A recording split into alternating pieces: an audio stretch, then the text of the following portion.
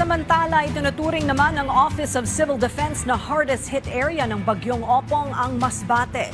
Ang detalye sa report ni Patrick De Jesus ng PTV Manila.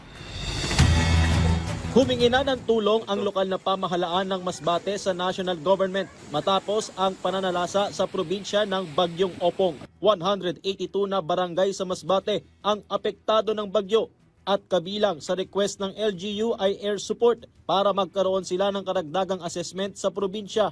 Ngayon, ang kailangan namin is tulong para mag-clearing operations dahil most of our road networks ay hindi talaga madaanan. So, yung mga goods, yung mga food packs, and all of our health, hindi po makadaan. And of course, another problem is electricity namin dahil maraming poste ang bumagsak. We take note po dito sa request nyo or observation. We'll work closely with our RD, si RD Yucot. Nandito rin naman. We'll make sure na makarating itong mga tulong or yung mga request nyo po ay ma-actionan kaagad. Lahat ng tatlong naiulat na nasawi sa ngayon dahil sa Bagyong Opong ay mula sa Masbate, kung saan dalawa ay nabagsakan ng puno at pader, habang ang isa naman ay dahil sa pagkalunod. Sa inisyal na assessment ng OCD, ang Masbate ang pinakamatinding tinamaan ng Bagyong Opong.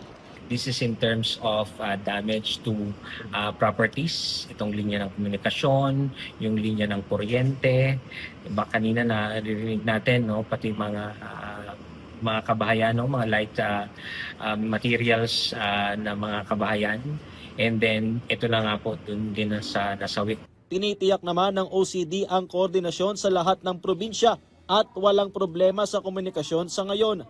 We have redundant communication system naman in effect to make sure that we continuously get updates or do the necessary coordination.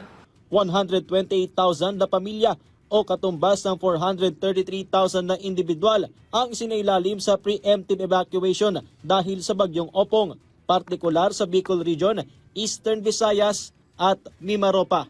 Para sa Integrated State Media, Patrick De Jesus, PTV.